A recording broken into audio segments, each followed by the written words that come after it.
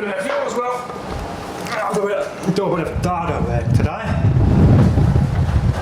Got me a SWAT HD security surveillance camera system I put in. That's what I want on here.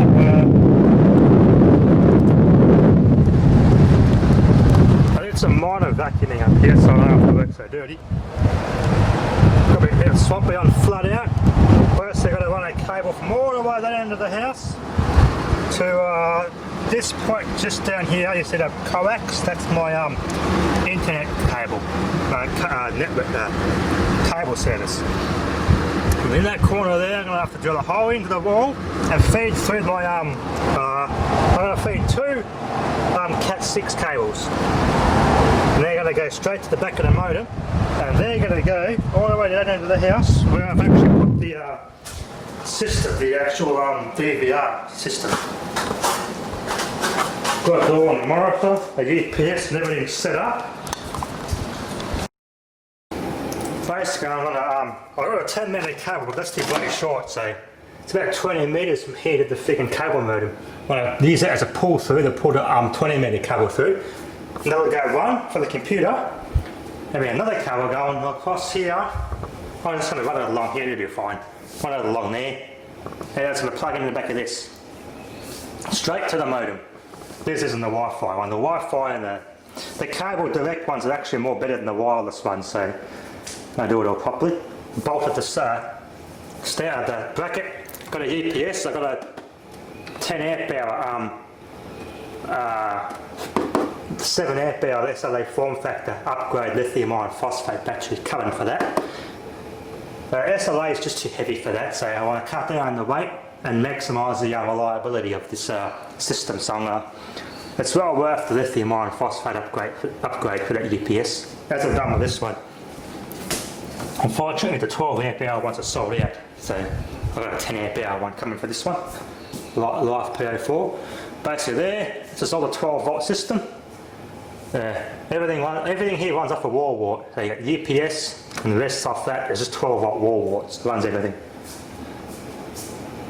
I was going to run a 12 volt system through here off the batteries, but this is probably more, I may get it at some stage, but this for now this will do.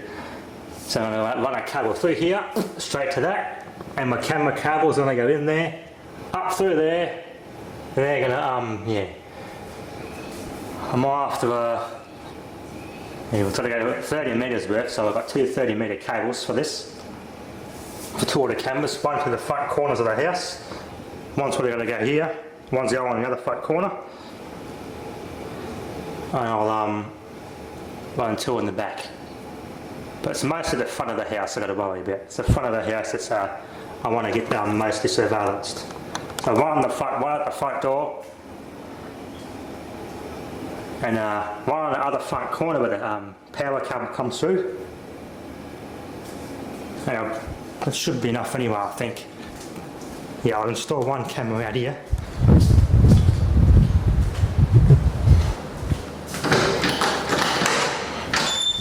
What I'll do, have one camera set up here in the corner. You can see out here, so if anyone actually comes, it's got to be recorded out there. They just look kind of in that direction. And one camera be on that corner there, looking at the front gate directly. Although I could actually put it on the other corner where the other actual camera is where the alarm system's installed. Because that camera that's there, the Vanderproof cameras I've got on this joint are not actually hooked up. Pretty sure a 30 metre cable would reach from there to there. Basically going to have